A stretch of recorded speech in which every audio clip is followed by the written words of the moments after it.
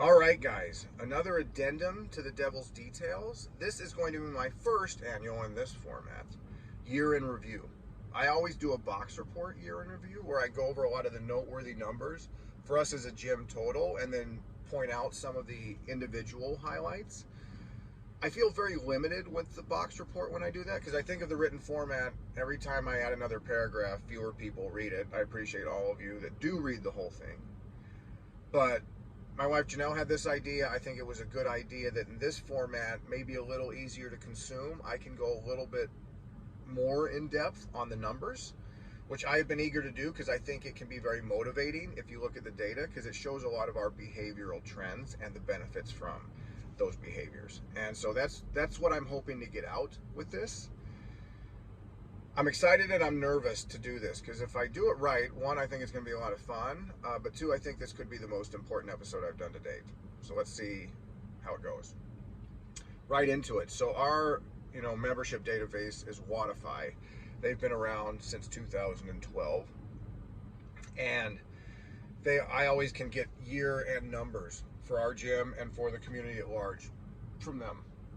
And so that's what I'm going to be going over here, is a lot of those numbers. And I'm going to do this in a macro, micro, micro sense. And that's something you'll learn at the CrossFit level 2 from a coaching perspective, something I've gone over with the coaches a lot, macro, micro in class. I'm not going to get into that now. Maybe that's for a future Devil's Details. But for right now, I'll do that. I'll talk about the numbers in general and then specific to people. And then in general and specific to people.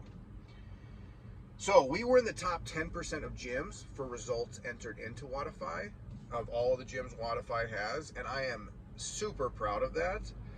That information is so valuable to me, and I think so motivating for all of you, and I'm going to circle back to that point at the end of this to really drive home why I think the fact that everybody's entering their information into Wodify is so crucial to our success. What was the most attended day at King William District CrossFit? Well, Meathead Mondays, our lifting day. We are a group that likes to lift heavy. We know that on Mondays we lift heavy, and that's the day that has been the most highly attended in 2023. Next is attendance. Guys, you know this. When we do the 60 days of summer where you attend 60 or try to attend 60 classes in 90 days, that is tough to do. Everybody realizes they do this, how much that is a war of attrition, and how by the end a lot of people are white-knuckling it just to get to their 90 days. The people I'm going to list here did the 60 days of summer challenge. They attended 60 out of 90 days for the whole year. So they did this challenge year-round because no one was asking them to, but that's just what they do. So top 4. Gabriel had 304 classes. Ed had 267. Matthew Perez, who has been on a mission lately, did 245. And Brooklyn did 240. Right after them, basically just due to rounding, these two people did also the same thing. Manny with 239. I'm going to get back to him later. And Wendy with 238. Guys, Wendy has been doing this for years. She is always in the top 5 on attendance. A couple things you can know in this world. The sun rises and sets each day, and it continues to do that year over year. And Wendy keeps coming to class as regularly as anybody at the gym year over year. And the results have shown. Matthew, guys, I'm so glad to have Matthew Perez back. He quit for a brief time when he was getting married. He had a lot going on at that time and rejoined us about a year ago in November. And since then, this guy has been on a mission in life and in the gym. Super consistent. I get to talk to him occasionally in the morning. We're usually the first 2 at the gym. This guy in his professional life knows what he wants to do, knows what he wants to accomplish, and is getting after it. He's stoked to be married to his wife. He works very hard to be a equal partner with her on succeeding in life. I find that to be a very endearing quality. And it's just been really cool and motivating since he's been back to see that this is a guy who's not just talking the talk. In fact, he doesn't talk it much, but the action is there and the results are coming. It's pretty cool. All right, so as a gym together after attendance, how many personal records did we get? How many personal bests on either lifts or workouts we've done previously that we repeated?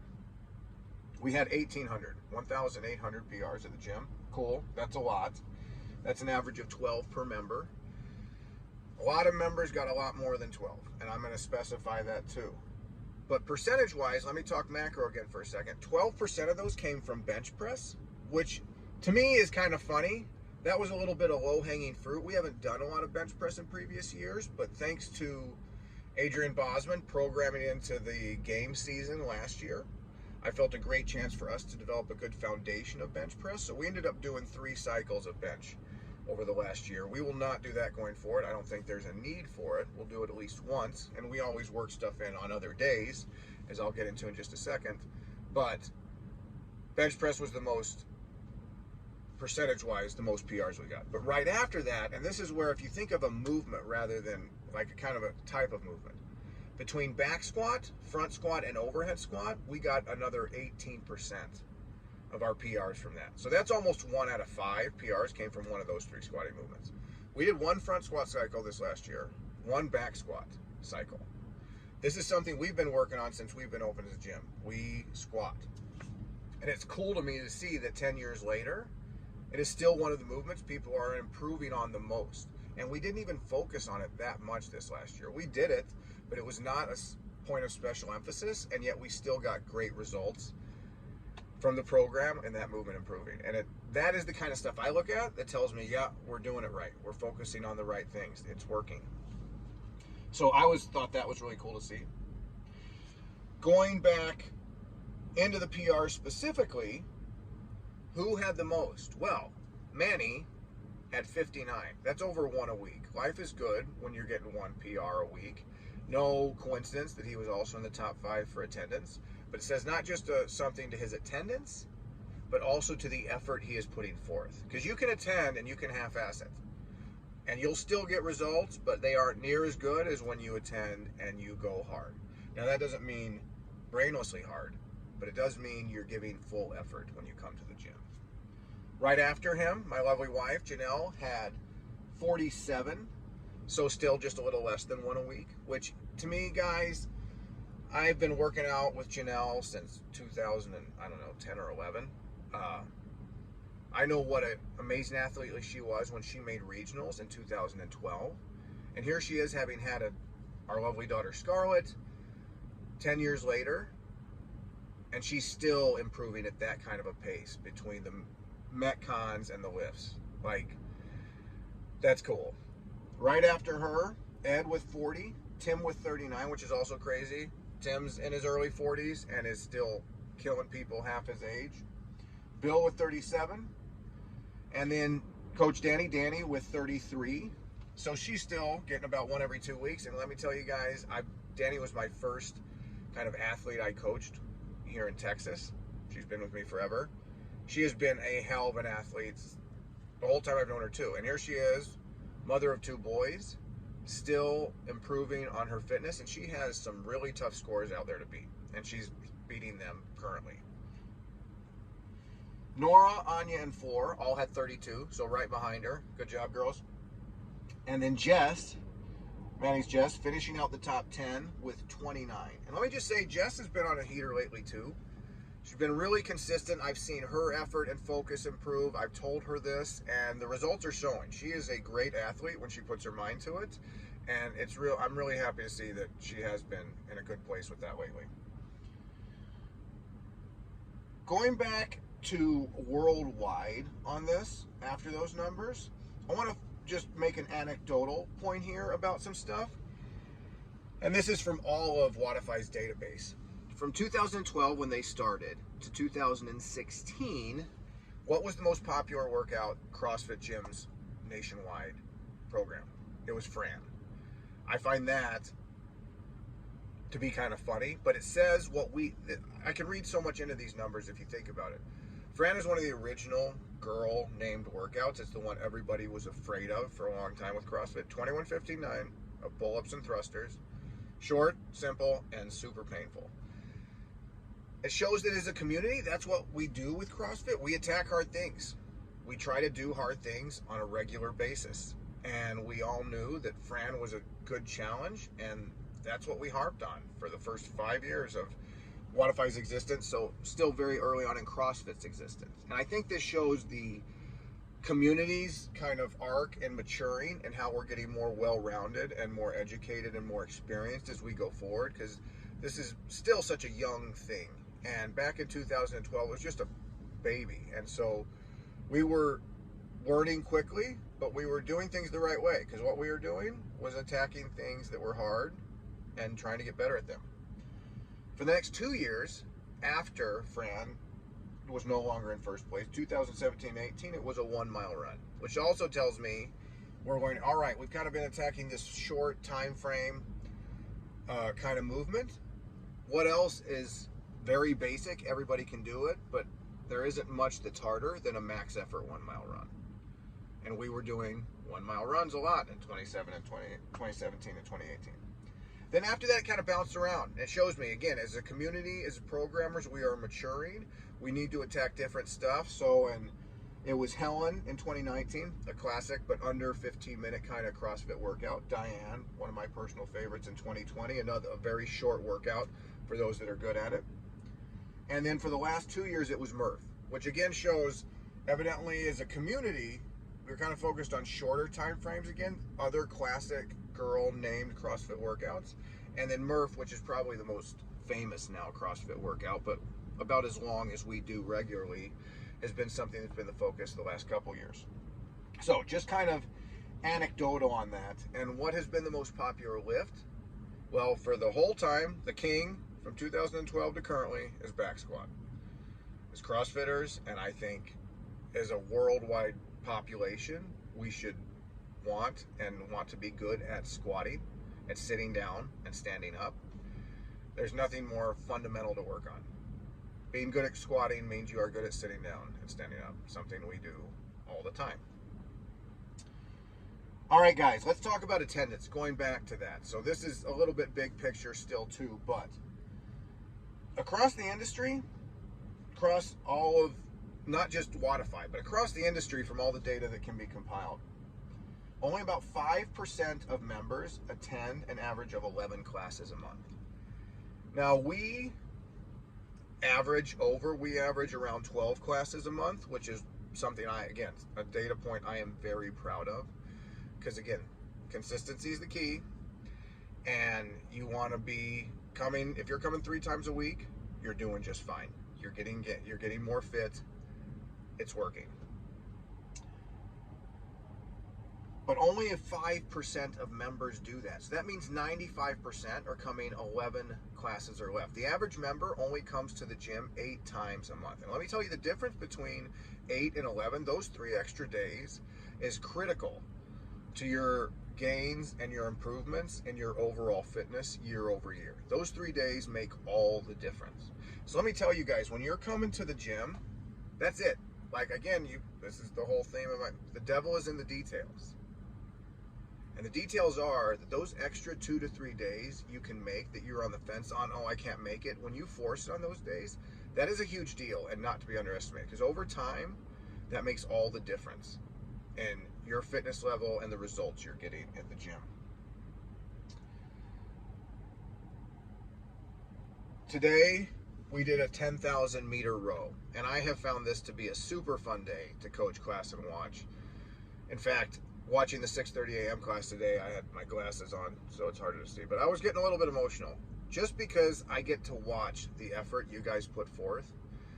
Like, seriously, I don't get used to it, and I don't take it for granted. It's an average Thursday, early in the morning, the regular crowd in class, and everybody is busting their butt to go as hard as they can on a 10,000 meter row. How many people in this world are doing that? Like a fraction of 1%.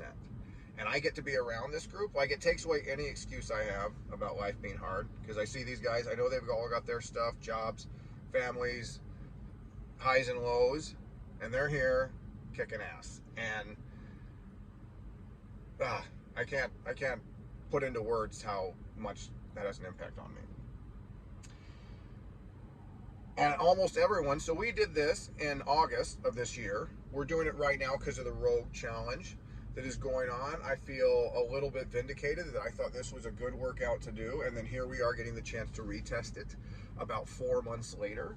And what I would like to go over real quick is all the people who did it in August. So not everybody had the chance to get a personal record on this, but since we've talked about personal records, here are the people that did it in August. Almost everybody that has done it in August has gotten a PR.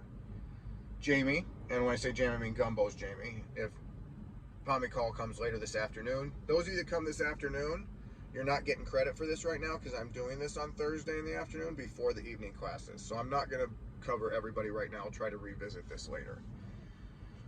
I got a PR. I don't get many. I'm stoked. It's been a good day. Ricky, Bert, Lori, Kelly, Kimberly, Wendy, Mina, David, Patrick, who is a brand new father, living on sleep deprivation. He's here, getting PRs. Christina, Xander, Matthew Perez, Monica, Marco, John Bustamante, Justin Johnson, and Elizabeth. All got PRs on their 10,000 meter row. It wasn't easy. Like I tell you, I had to dig deep to get a PR today. And on top of that, yesterday's workout, which was a classic Goldilocks kind of workout. What is a Goldilocks workout? If you go back to Devil's Details 7, you'll find out. But anyways, I was not setting you up for success if you worked out Wednesday to come and get a PR today. Pull-ups and front squats, two muscles that are going to be used a lot on your row. And I did that kind of on purpose. I think you guys know this, that in life doesn't throw the hardest things at you when you're ready for it. It waits till you're down and you're in a bad place and you're weak, and then the hardest things get thrown at you. So I am giving you in class the chance to hone those skills. Attack things with great effort when you're not totally ready for it. And so pre-exhausting those muscles and then making you come in and use them in a different way hard today.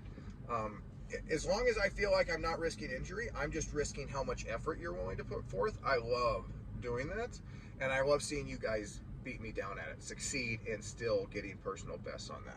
So the people out of that group, the ones that are really hard to kill, that came to class yesterday and still PR'd today, Bert, Kelly, Kimberly, Wendy, Mina, David, Matthew Perez, Monica, and Marco.